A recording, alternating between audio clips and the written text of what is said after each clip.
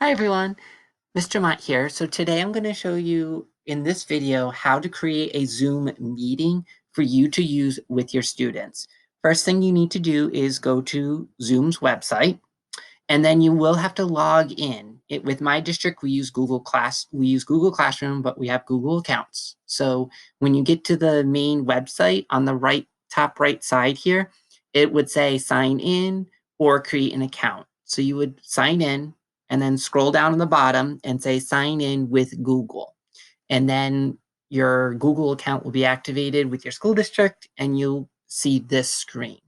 Now, there are two options for setting up a meeting. I recommend that you go to My Account to set up the meeting because you can schedule the meeting now and then use it when you want to do the lesson. However, if you are like, oh, I need to do a meeting with the student right now, you could host a meeting using this link here.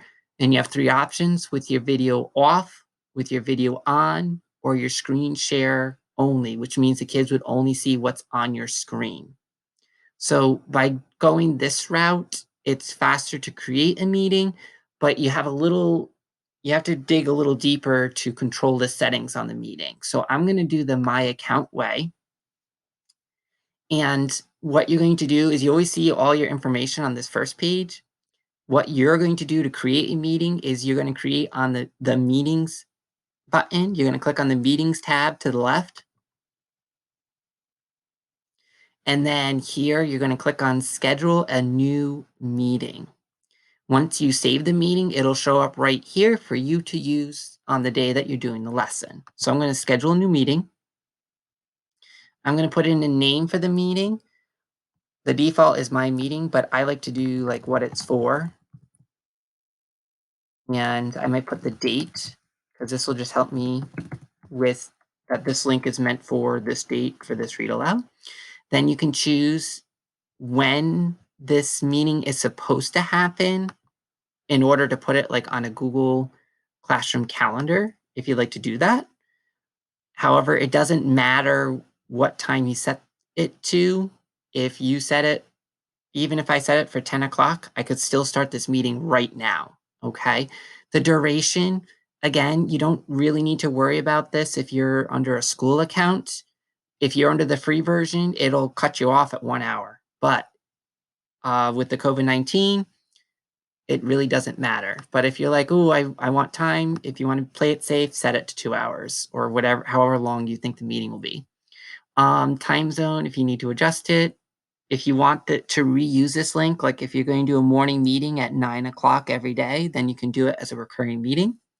Meeting ID, I would generate automatically. Don't use your personal meeting ID. This is just a security feature. It'll create a different ID for each meeting. Makes it harder for someone to try and bomb your meeting. Meeting password. This just requires the people to have a password when they join your meeting. This is now default for my district. I cannot control that. And when I've tested this in my district, most of the kids didn't need a password. Only a couple of kids did. I think it depends on if they go at it through their Google account information or if they go straight to the Zoom website. The next feature is the video by you, the host, and the participants are your students. So when they log in, is it on automatically or off? Having it off is a good default, just in case a student doesn't know what they're doing, or you're like, oh, wait, I forgot I have something I need to fix about my hair or something. You might just want to have it off. And then once you're ready or when your students are ready, you can turn the video on and they can turn their video on themselves when they're ready. Audio, just leave it to both. It just makes sure if a student's calling in with a telephone, they can still access it. If they're going from a computer, they'll access it from computer. So don't mess with that. The next part is the kind of the important part is the meeting options.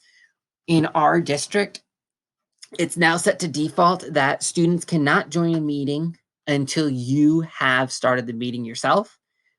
If you do click this button, or if you can, it just means that people can get into the meeting ahead of time. Your students could get into the meeting, start their own little meeting before you get there. and that's probably not a good idea. Now, you have the option to mute participants upon entry. I recommend leave that checked. That just makes sure that if a kid shows up 5-10 minutes into your lesson, they can't just like sign in and all of a sudden interrupt your lesson. They'll be muted automatically. Enable waiting room. Again, this is set by default by my district. This just means that anyone who gets the meeting link they're dumped in the waiting room, and then you have to allow them into the meeting. It's just a security feature to help prevent any Zoom bombing. The last option here is only authentic users can join, which means if you check that, only the students in your district's domain should be able to access the meeting, or whoever you specifically invite within the meeting could join it. In my district right now, if you check that, it doesn't work correctly because the students have to say their birthday as part of their signing in, which by Zoom default says they can't attend the meeting. So right now in my district, I would not check that. Okay. Then you're going to click save. Now your meeting has been created.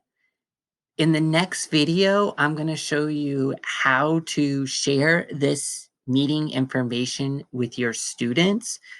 And in another video, I'll show you how to actually start the meeting and the features of that you can use while presenting a meeting. So I hope you found this video really helpful. Go ahead and check out the other YouTube tutorials for the next steps.